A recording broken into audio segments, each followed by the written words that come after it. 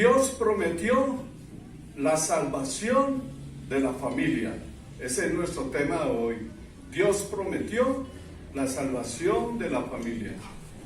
De acuerdo a la Biblia, Dios al relacionarse y comunicarse con el hombre, le hizo muchas promesas. Conocer tales promesas nos reportará grandes beneficios y si las desconocemos, sufriremos gran pérdida.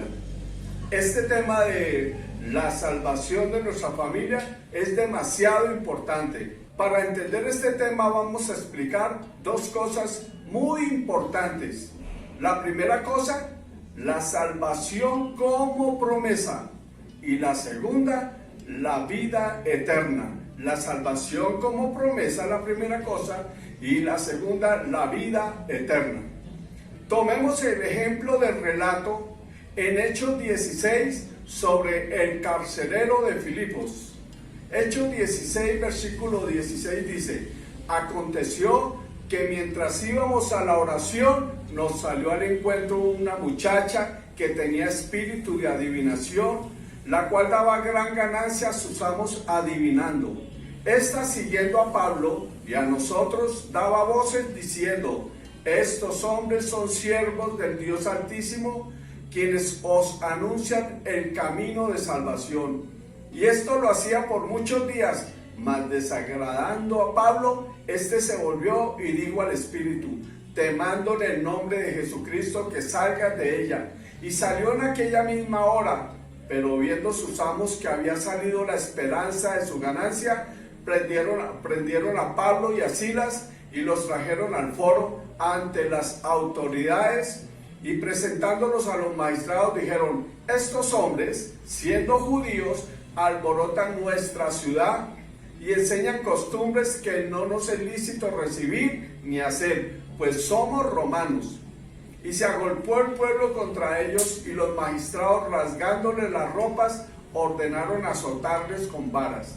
Después de haberles azotado mucho, los echaron en la cárcel, mandando al carcelero que los guardase con seguridad, el cual, recibido este mandato, los metió en el calabozo de más adentro y les aseguró los pies con el cepo.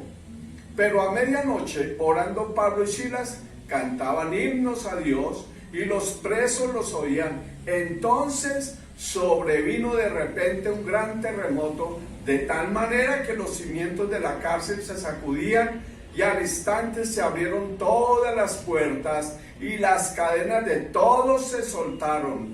Despertando el carcelero, y viendo abiertas las puertas de la cárcel, sacó la espada y se iba a matar, pensando que los presos habían huido. Mas Pablo clamó a gran voz diciendo: no te hagas ningún mal, pues todos estamos aquí. Él entonces, pidiendo la luz, se precipitó adentro y temblando se postró a los pies de Pablo y de Silas, y sacándolo les dijo: señores, ¿qué debo hacer para ser salvo? Ellos dijeron: cree en el Señor Jesucristo y serás salvo tú y tu casa. Y le hablaron la palabra del Señor a él y a todos los que estaban en su casa. Y él, tomándolos en aquella misma hora de la noche, les lavó las heridas, y enseguida se bautizó él con todos los suyos. Y llevándolos a su casa les puso la mesa, y se regocijó con toda su casa de haber creído en Dios. Encontramos al apóstol Pablo siendo encarcelado junto con otro discípulo llamado Silas. Y cuenta el relato bíblico que mientras que cantaban al Señor, vino de repente un gran terremoto, de tal manera que los cimientos de la cárcel se sacudían, y dice que al instante se abrieron todas las puertas y las cadenas de todos se soltaron.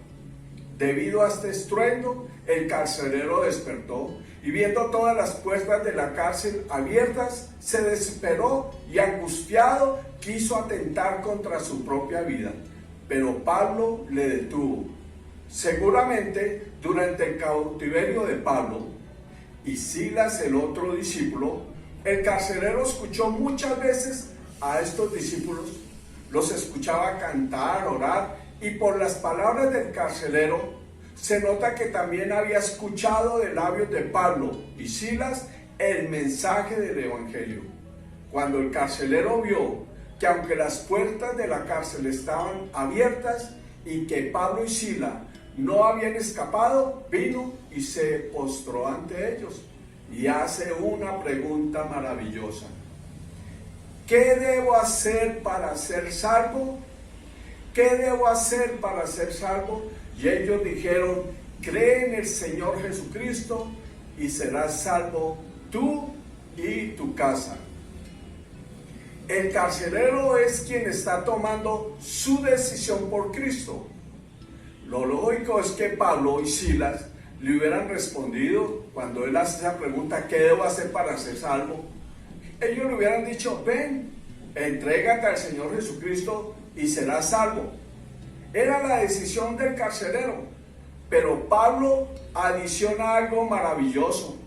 Pablo le dice, si crees en el Señor Jesús, serás salvo tú. ¿Y quién más? ¿Quién más?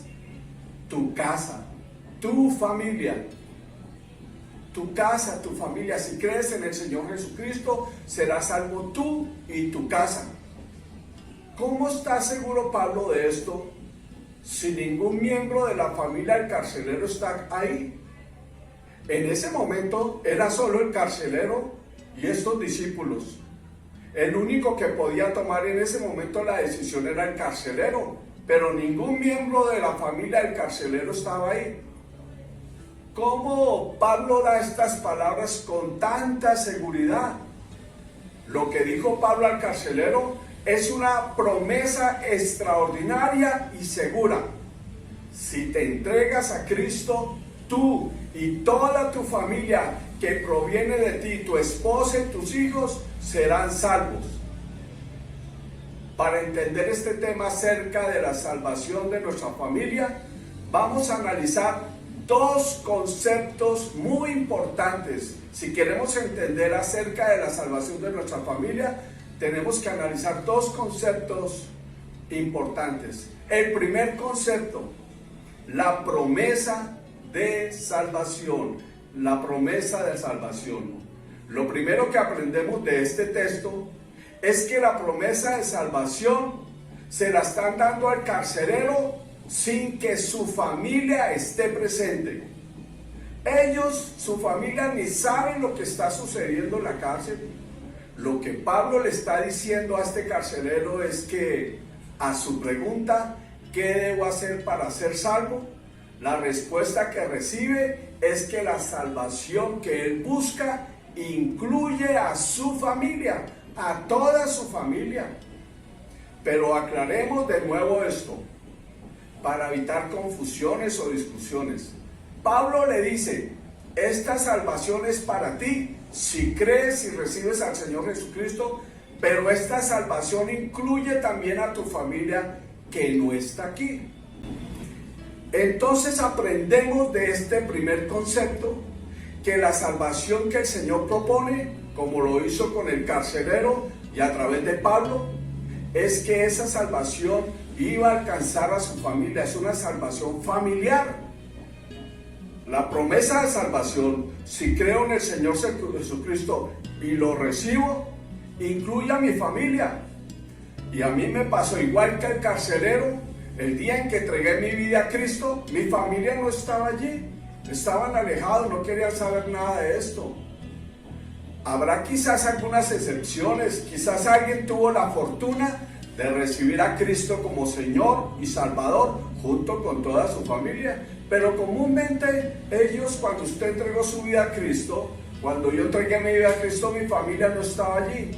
Incluso para algunos, cuando recibimos a Cristo como Señor y Salvador, o para algunos de ustedes, su familia se convirtió en la piedra en mi zapato, parecen enemigos. Pero como el carcelero, también fue para mí y para todos los que reciben a Cristo como Señor y Salvador, esa promesa inmediata. Si tú crees en el Señor Jesucristo, si yo creo en el Señor Jesucristo, seré salvo yo, tú y toda nuestra familia. Entonces el primer concepto que analizamos es que la promesa de salvación a quien entregue su vida a Cristo incluye a su familia.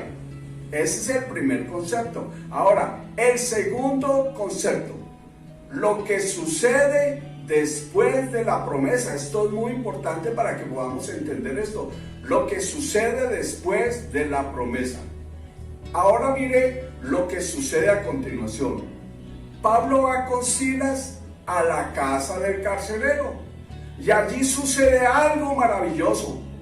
Recordemos que la familia ya tenía la promesa de salvación dada a la cabeza de esta familia, que era el carcelero, y le fue dada en la cárcel.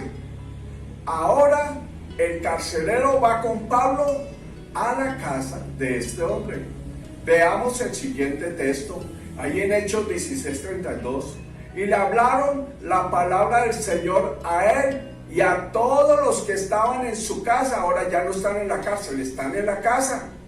Y él, tomándolos en aquella misma hora de la noche, les lavó las heridas, y enseguida se bautizó él con todos los suyos. Y llevándolos a su casa, les puso la mesa y se regocijó con toda su casa de haber creído en el Señor. Sucede algo maravilloso. Ahora, escuchen, cada miembro de la familia, uno por uno, personalmente, reciben a Cristo como Señor y Salvador.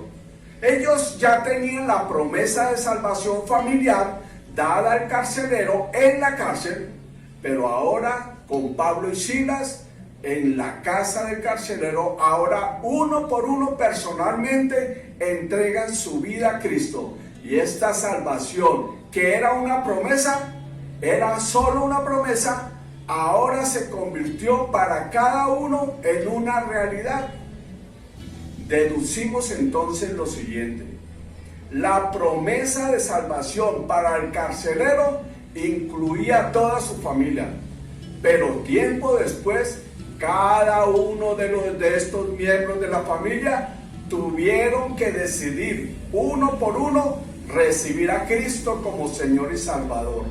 La promesa de salvación la recibió la cabeza de la familia, que era el carcelero, y ahora se hizo realidad porque cada uno a uno, hizo la oración de fe.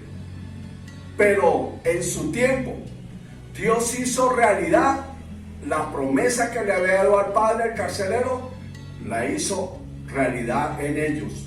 Cuando cada uno personalmente entregaron su vida a Cristo, cuando cada uno por uno, personalmente entregaron su vida al Señor, a eso, escuche bien, la Biblia lo llama recibir la vida eterna.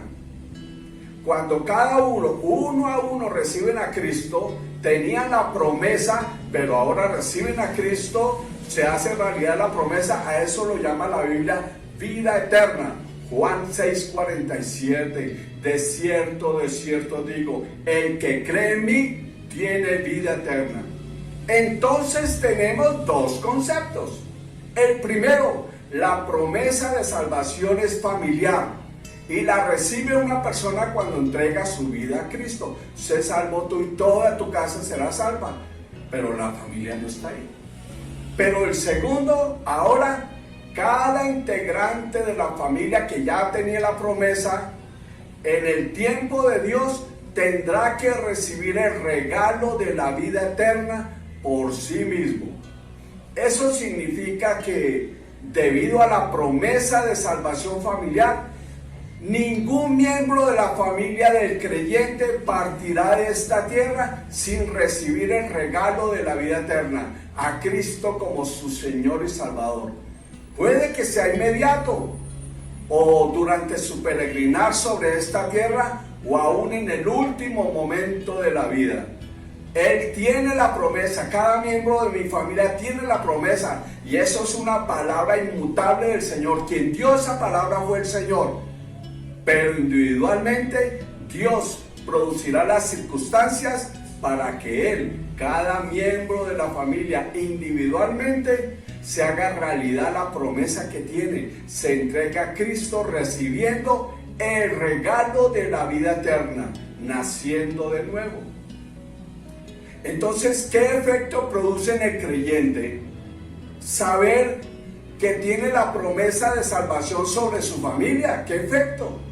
¿Qué efecto tengo yo si sé que entregué mi vida a Cristo y Dios se encarga de mi familia porque da una promesa de salvación sobre ella? ¿Qué efecto tiene? Pues primero, un reposo, una confianza e inconmensurable confianza y fe en el Señor Jesucristo. Estoy seguro que Dios va a cumplir eso. Pero segundo, cambia la forma de orar por mi familia. Cambio esa oración triste de se van a perder mis hijos, se va a perder mi esposa, se va a perder mi familia. Y la voy a cambiar por la oración, tú lo prometiste. Tú prometiste que cada uno de mis hijos, que mi esposa eran salvos. Tú me lo dijiste que si yo era salvo, mi casa era salva. Así que tú lo cumples. ¿Cuál es el efecto que produce en el creyente saber entonces que la salvación alcanza a mi familia? Si yo no tuviera la seguridad de la salvación de mis hijos, de mi familia, ¿quién estaría pensando en ir a las naciones a predicar el evangelio cuando veo que mis hijos se van a ir al infierno? Pero aunque ellos estén alejados, escuche, aunque mis hijos estén alejados, puedo estar seguro que así sea en el último momento de sus vidas, van a terminar confiando en el Señor, porque la promesa Dios lo va a hacer realidad con la vida eterna en ellos y va a producir las circunstancias para que ellos entreguen su vida a Cristo. Estoy seguro que miles de padres o madres, si Dios les dijera, o a mí me predicaran, bueno, que a mí me dijera, bueno, hijito, hijita, te has convertido, que a usted me dijera a mí, te has convertido, ya eres un hijo de Dios, vas a ir al cielo conmigo, allí vivirás feliz para siempre, sin dolor, sin angustia, sin enfermedad. Pero tus hijos se van a ir al infierno porque no creen en mí, ellos no van a creer nunca en mí. ¿Sabe? Estoy seguro, pues ese es el profundo amor del padre y de madre, que responderían muchos, gracias Señor, pero yo quiero estar donde estén mis hijos. Así es. Y no es porque no se ame a Dios, pero Dios dio un sentimiento profundo sobre los hijos. Él no lo muestra cuando dice, tanto amó Dios al mundo que entregó a su hijo. Entregó a su hijo, es el amor profundo de un padre por su hijo.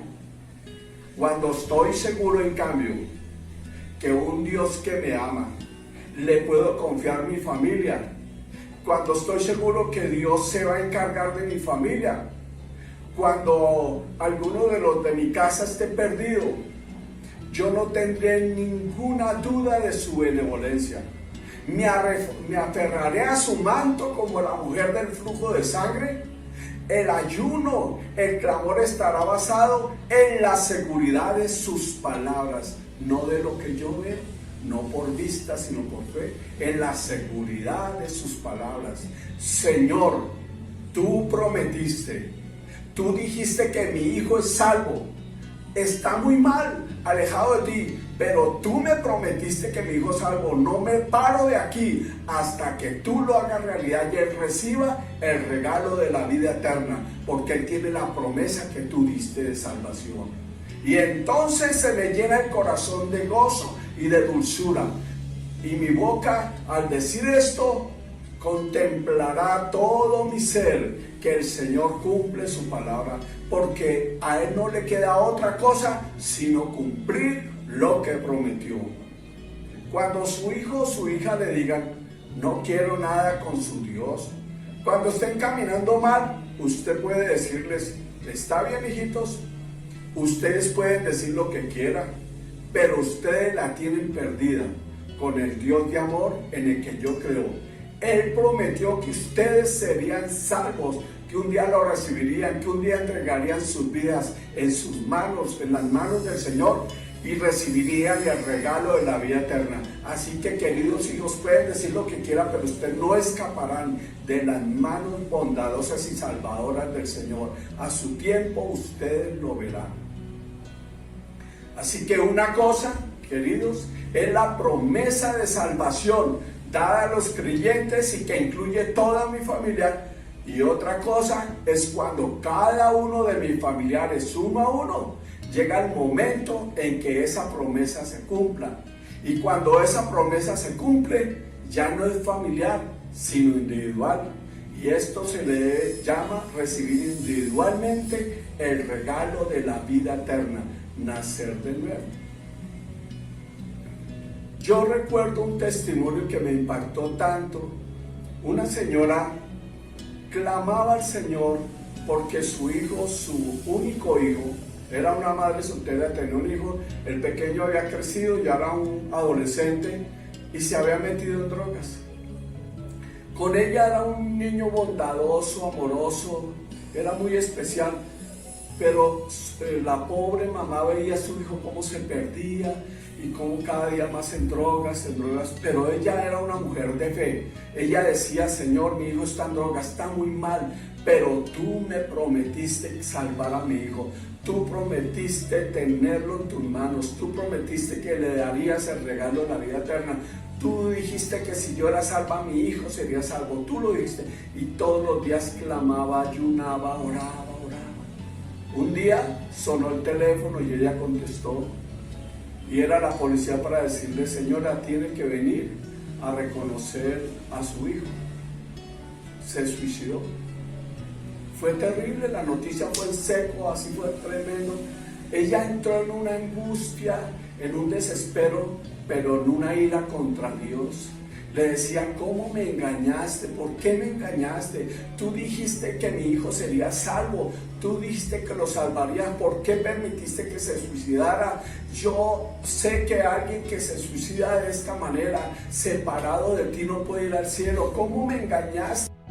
Yo llevaba años confiando en que lo que tú me prometiste, que si yo era salva, mi hijo sería salvo, y tú me engañaste. Y peleó, reconoció a su hijo después todo el entierro. Ella entró en un resentimiento terrible, no volvió a la iglesia, pero no podía dormir, atacando y levantando su mano contra el Señor. Me engañaste, jamás podré volver a confiar en nadie, me quiero morir porque tú eres la persona en que más confiaba y confiaré en mi vida, y me engañaste, no quiero ni vivir. Y lloró y el Señor esos días guardó silencio. Pero una noche ya ella, cansada de llorar, dolida, ya no quería vivir más, ya ni comía, la pobre, quedó fundida, dormida. Y mientras que estaba dormida tuvo una visión, y en la visión ve a su hijo caminando en un parque. Su hijo va caminando y ella escucha los pensamientos de su hijo, y escucha a su hijo decir: no, ya no puedo seguir haciéndole daño a mi viejita. Ella, con tanto amor que me recibe, no puedo seguir con este problema de la droga, y ya no puedo, porque es que no puedo salir de esto, no puedo salir, tengo que terminar con el sufrimiento de mi viejita. Y ella lo ve en la visión, cómo se sube al puente. En el puente mira hacia el río. El muchacho no sabía nadar, así que se sube al puente, decide suicidarse mandándose al río. Lo ve llorar y decir y gritar: perdóname, mami, perdóname. Vio cómo se lanzó al río.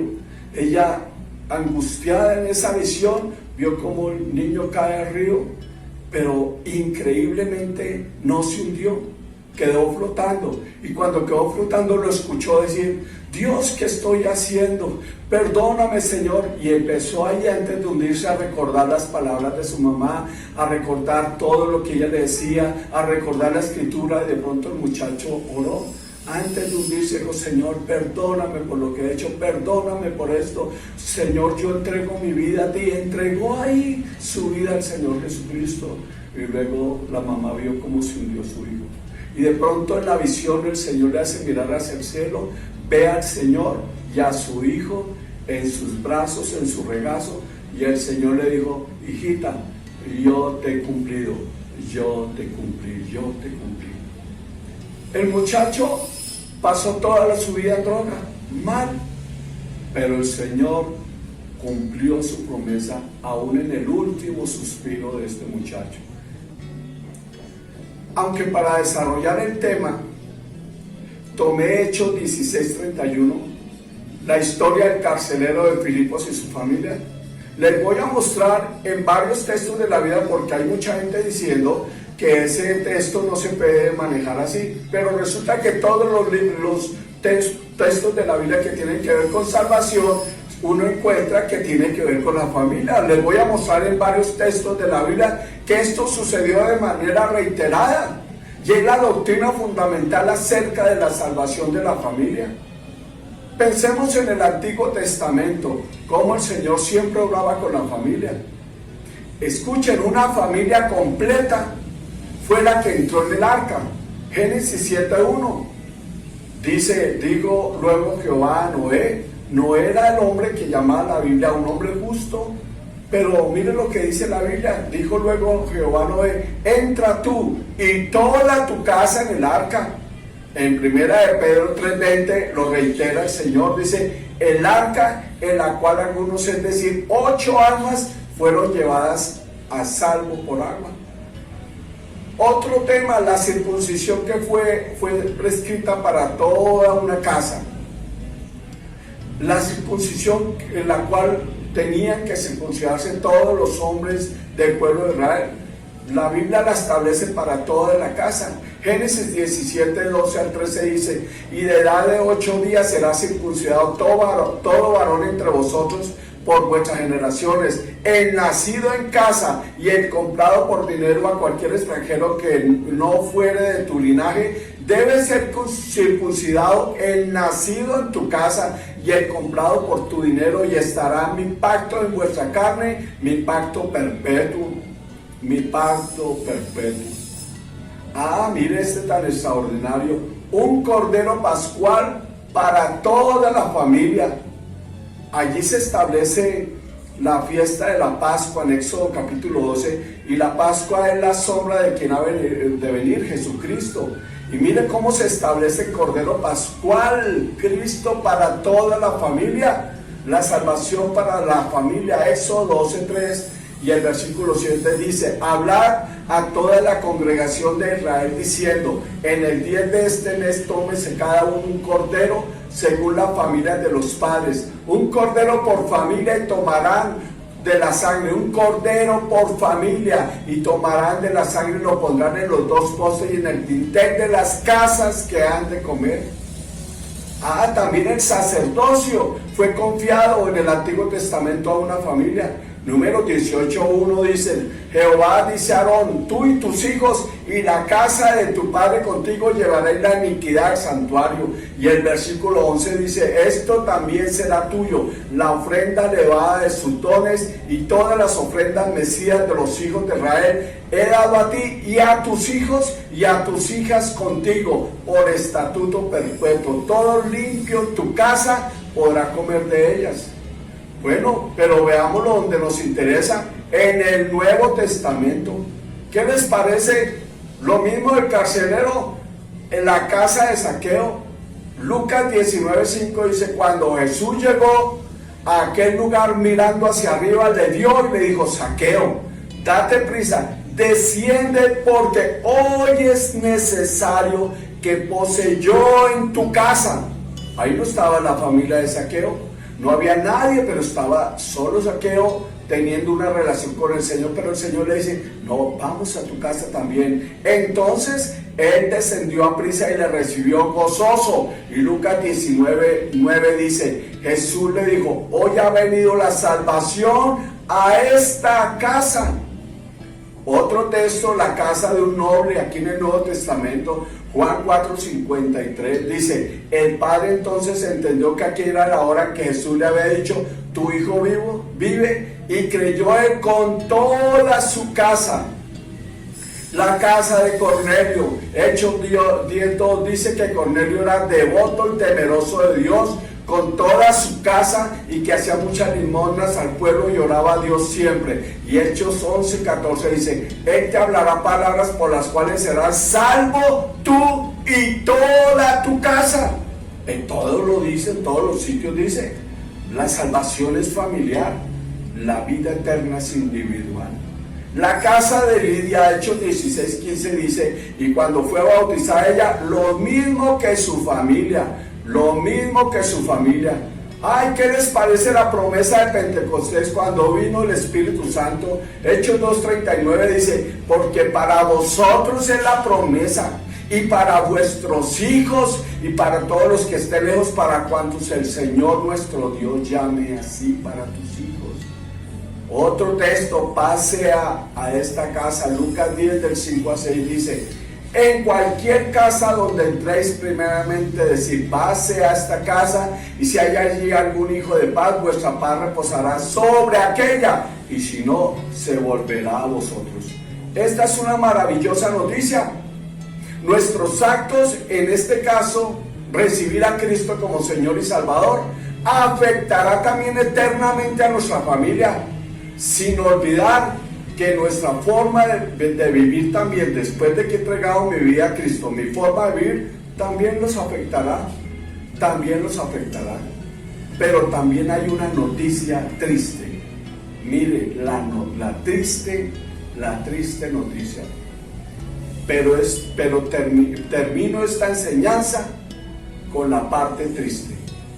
Usted puede, por su necedad, por su ateísmo, por su rechazo al Señor, marcarle la eternidad a sus hijos, a su familia. Usted puede hundir eternamente también a sus hijos, a sus pequeños, por rechazar la maravillosa salvación que Dios alcanzó por usted y por mí en la cruz de Calvario.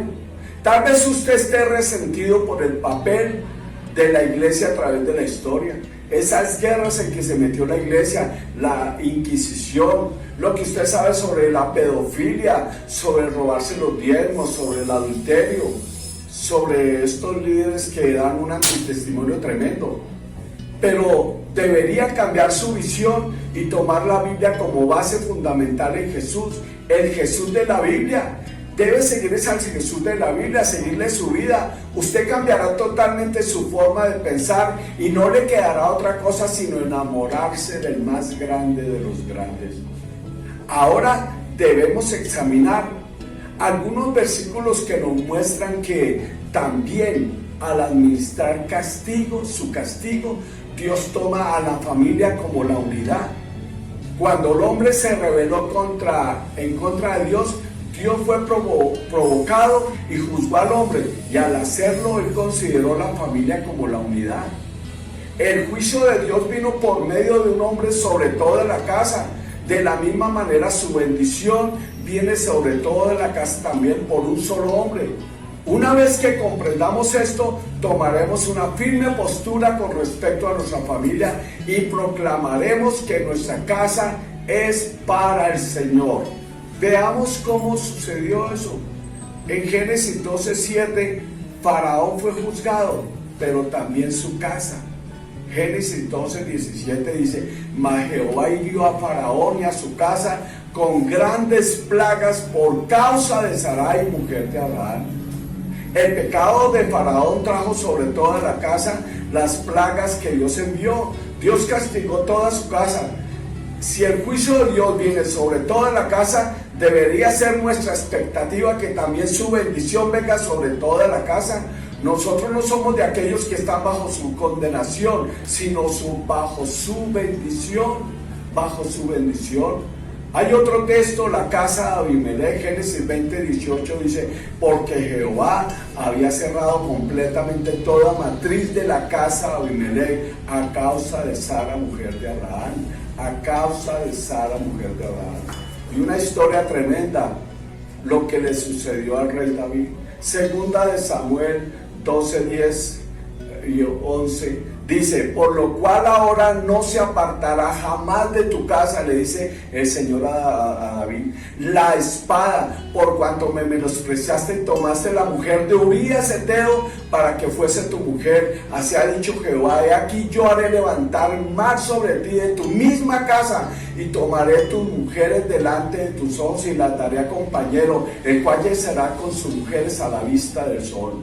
Después que David pecó, la reprensión y el castigo de Dios no cayeron solamente sobre David como individuo, sino Dios le dijo: por lo cual ahora no se apartará jamás de tu casa la espada. Esto está muy claro.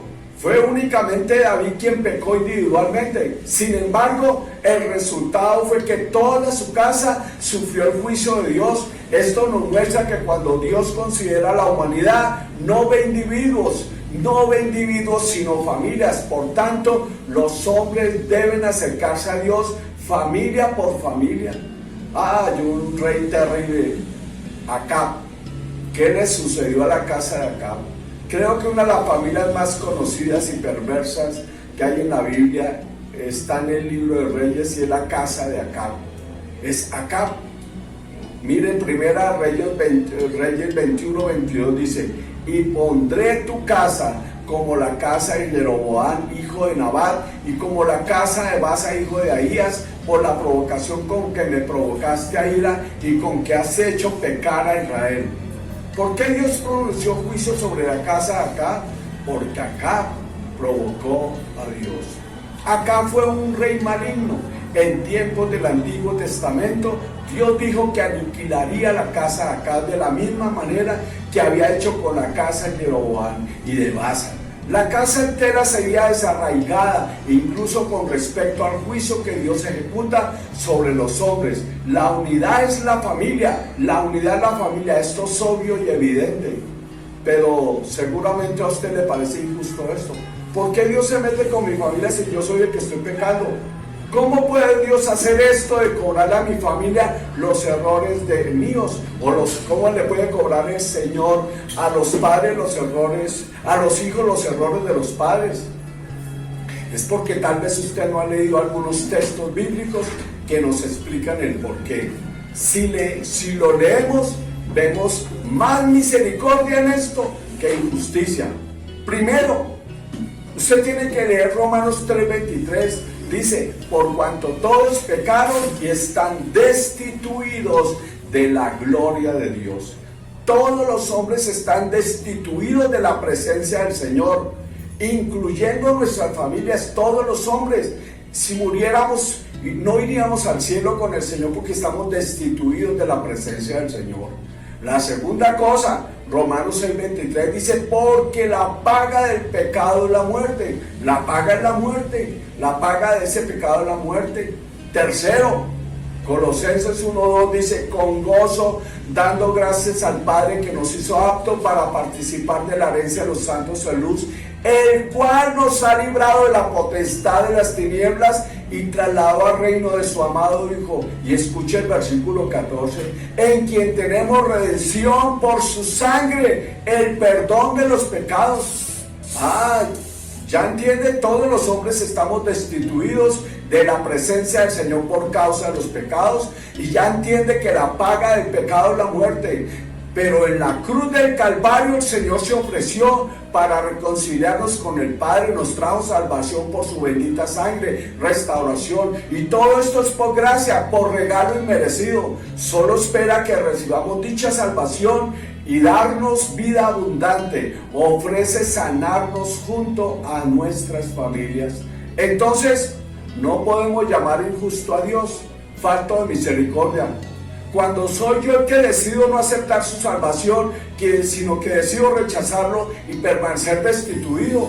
Y como soy yo el formador, el educador de mi familia, el que transmito las verdades, el que afecto a toda mi familia, pues decido arrastrarlos conmigo en mi incredulidad y en alejarlos del Señor. Entonces pretendo culpar a otro cuando yo soy el culpable. Hebreos 10:26 dice una cosa terrible, es uno de los textos más tremendos que hay en la Biblia. Dice: porque si pecaremos voluntariamente después de haber recibido el conocimiento de la verdad, ya no queda más sacrificio por los pecados. Ya no es por obra, no es por ser bueno, es el sacrificio de Cristo. ¿Y qué queda si usted rechaza el sacrificio de Cristo? Mire el versículo 27: sino una horrenda expectación de juicio y de hervor de fuego que ha de devorar a sus adversarios. El que viola la ley de Moisés por el testimonio de dos o tres testigos muere irremisiblemente. Versículo 29: ¿cuánto mayor castigo pensáis que merecerá el que pisoteare el Hijo de Dios y tuviere por inmunda la sangre del pacto en la cual fue santificado e hiciera afrenta al Espíritu de gracia? Pues conocemos al que dijo: mía es la venganza, yo daré el pago, dice el Señor. Y otra vez dice: el Señor juzgará a su pueblo. Y el versículo 31: el terrible versículo: horrenda cosa es caer en manos del Dios vivo. El amor del Padre, su gracia está dispuesta hoy para su vida, pero el amor de Dios que usted rechaza alcanzará por su culpa a toda su familia. Pero su amor sigue andando. Quizás alguno de sus hijos decida cortar esa maldición que usted ha traído sobre su familia, y un día ese hijo se entrega a Cristo y ese hijo cambie la historia de su familia. Pero ¿por qué no piensa por usted? Porque usted no toma la decisión de cambiar las generaciones, cambiar a sus hijos, su familia. Cuando usted recibe a Cristo como Señor y Salvador, va a venir la promesa de salvación sobre usted y su familia. Pero hoy, por eso, hoy es el día de la decisión. Hoy es el día más importante de su vida.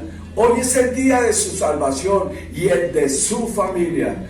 Entregue su vida a Cristo y generaciones serán benditas por su decisión. Cambie hoy la historia de su familia. Ahora le acompañaremos en una oración de entrega. Usted escuchará enseguida una oración que un hermano o una hermana les va a acompañar en una oración. Hágala de corazón, entregue su vida a Cristo y vida abundante vendrá sobre usted y sobre su familia. Y Dios cumplirá la promesa de salvación sobre usted y sobre su casa. Tarde o temprano sus hijos serán salvos, porque el Señor prometió. Tarde o temprano recibirán el regalo de la vida eterna y serán salvos, y la familia se reunirá toda un día con el Rey de Reyes y Señor de Señores. Amén y amén. Amados hermanos, damos gracias al Señor por esta preciosa palabra. Oramos al eterno Dios y Padre Celestial para que en el nombre de Jesús tu vida haya sido tocada en esta hora por la palabra. Y queremos orar por ti, para que Dios te dé fe, una fe salvadora, para que tú puedas tomar esa decisión de invitar a Jesús que entre a tu corazón para que tu vida sea cambiada.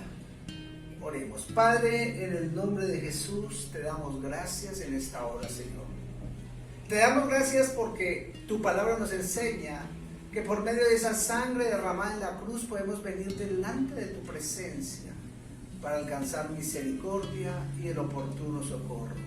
Y ahora, en esta hora venimos como iglesia, como cuerpo, delante de tu presencia, por cada vida, por cada amigo, por cada hermano que nos escucha, Señor, en el nombre de Jesús, para que tú llenes su vida en esta hora y tú le toques. Si ahora tú quieres invitar a Jesús a tu corazón, dile: Jesús, yo abro mi corazón como una puerta para que entres a mi vida y tú gobiernes todo lo que soy. Lo más hermoso de la palabra es saber que el apóstol Juan, en el capítulo 1, versículo 8 y 9, dice que si confesamos nuestros pecados, Él es fiel y justo para perdonarnos y para limpiarnos. Hazlo en esta hora, pídele perdón allí al eterno Dios por tus pecados. Él no te va a juzgar, Él no te va a lapidar, solo hay amor y perdón para tu vida y libertad para tu familia. Dile: Señor, entra a mi corazón, gobierna mi vida, enséñame a conocerte. Padre, gracias por cada hermano, por cada amigo oyente en esta hora, en el nombre de Jesús. Oramos por ellos, Señor, en unidad en el Espíritu, por su salvación, por su sanidad, por fortaleza, Señor. Tal vez tú estás pasando momentos difíciles, momentos de aflicción, momentos de confusión. Oramos en esta hora para que el Señor aclare tu mente, dirija tu camino. Jesús es la luz, su palabra es la luz, y con el poder del Espíritu Santo poder seguir por la senda que el Señor quiere que tú y yo caminemos. Por eso yo oro por cada uno de los presentes, para que en esta hora seas tú tocando cada vida, tocando cada hermano, cada persona, para que pueda ver tu gloria. Amado, también dice la Escritura que por su llaga hemos sido sanados y curados. Nuestro Señor Jesús trajo sanidad a nuestro cuerpo, pero también sanidad a nuestra alma. Tal vez aquello que te atormenta, aquello que está afectando tu vida, tu falta de perdón, si no has podido perdonar, oramos al Señor para que tú puedas perdonar a tus ofensores y puedas ser libre Oramos también porque si tienes alguna enfermedad del cuerpo, seas tú sanado en esta hora. Espíritu de enfermedad, todo espíritu de enfermedad, mis hermanos, sea reprendido en esta hora en el nombre de Jesús. Vamos, pon tu corazón en la presencia del Señor. Allí está el Señor en este lugar, allí en tu casa, allí donde tú te encuentres, en tu oficina, allí está el Señor. Dios está en todo lado, Dios te ama, Dios conoce todas las cosas. Allí en el nombre de Jesús, ahora recibe la sanidad. Recibe la sanidad en el nombre poderoso de Jesús, Señor. Manifiesta sanidad en cada uno de los presentes. Pero sobre todo, Señor, oramos para que ellos tengan entendimiento de tu palabra. Y clamamos, Señor, para que seas tú aclarando, dirigiendo, Señor, dando entendimiento a tu pueblo por tu palabra, por el conocimiento verdadero de la Escritura, en el nombre de Jesús. Gracias, Señor, por la paz, que es lo más precioso. Tu palabra dice que cuando hemos confesado nuestros pecados, tu paz viene a nuestra vida. No hay nada más hermoso que tu preciosa paz.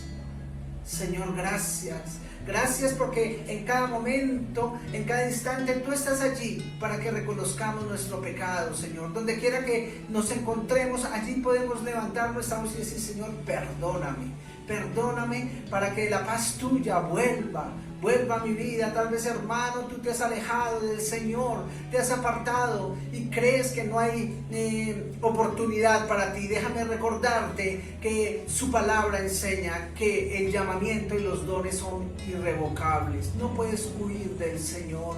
Él solo te está esperando en esta hora, querido, para que tú te humilles en su presencia y le digas: Señor, perdóname, perdóname, para limpiarte, para restaurarte y para cumplir cada promesa que ha dado sobre tu vida. Hazlo en esta hora, toma la decisión, humíllate en la presencia del Altísimo.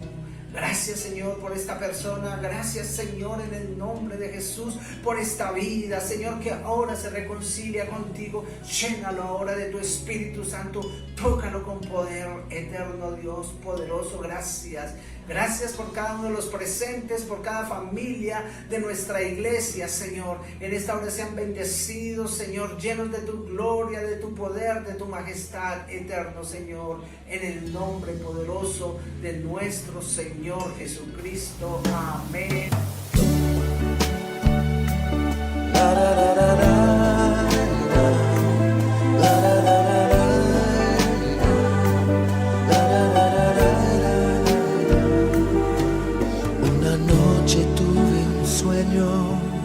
Que jamás voy a olvidar.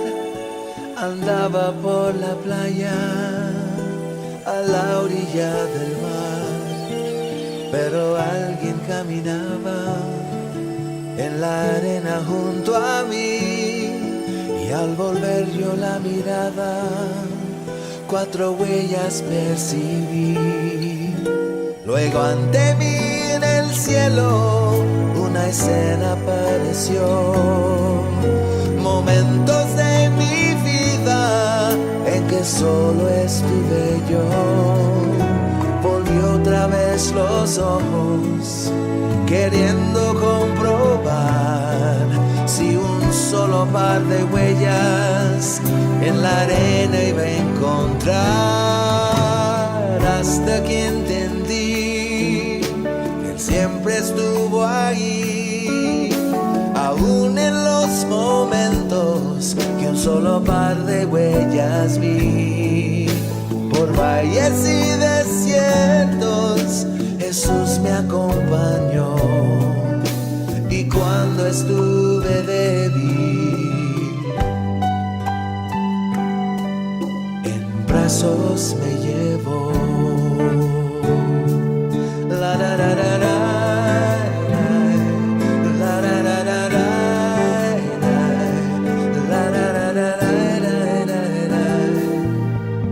Momentos más oscuros, mi más profunda soledad, hay algo que perdura y que siempre allí estará.